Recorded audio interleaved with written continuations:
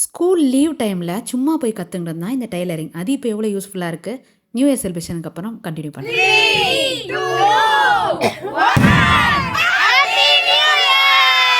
கைத்தொழில் ஒன்று கண்டிப்பாக இருக்கணும்னு சொல்லுவாங்க. அது உண்மைன்ட்டு நமக்கு வரும்போது தான் நினைக்க தோணும். நான் இந்த டெய்லரிங் வந்து ரொம்ப ஆசைப்பட்டு தான் கற்றுக்கினேன். அதுக்கு ஸ்கூல் லைஃப் தான் ஒரு காரணம்னு சொல்லலாம். அப்போ அந்த டைமில் சின்ன சின்ன துணிகள் தைக்க வைப்பாங்க. கையில் தான் ஊசியிலே தைக்க வருது. அப்புறம் எம்ப்ராய்டரி போடுறது இதெல்லாம் வந்து ஆர்வமானா தெரில. என்னுடைய ப்ளவுஸ் எல்லாம் இப்போ நானே அவ்வளோ பர்ஃபெக்டாக பைப்பிங் வச்சு தைக்கிற அளவுக்கு வந்திருக்கேன். அதுக்கு நான் அப்போ வந்து டெய்லரிங் கிளாஸ் ஒரு 4 மாதமான தான் போய் அப்படியே விட்டுட்டேன். அதுக்கப்புறம் பெருசாக போவே இல்லை. அதுக்கப்புறம் 2020 அந்த டைம்லலாம் தான் யூடியூப் ஃபேமஸ் ஆகிருந்தது. அப்போது நான் கொஞ்சம் கொஞ்சம் பார்த்து அந்த கோவிட் பீரியட்லாம் கொஞ்சம் தைக்க ஆரம்பிச்சது.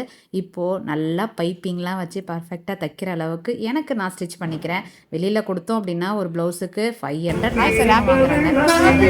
எதுவும் பண்ணாமல் நானே எனக்கு ஸ்டிச் பண்ணி போடும்போது அவ்வளோ சந்தோஷம் இருக்கும். ரொம்பவே ஹாப்பியாக என்னுடைய இதெல்லாம் ஸ்டிச் பண்ணி வச்சுக்கிறேன். கொஞ்சம் ஆல்ட்ரு ஒர்க் பண்ணுறதுக்கு இது எல்லாமே வந்து பட்ஜெட் சேவிங்காக இருக்குது. உங்களுக்கு எப்படி?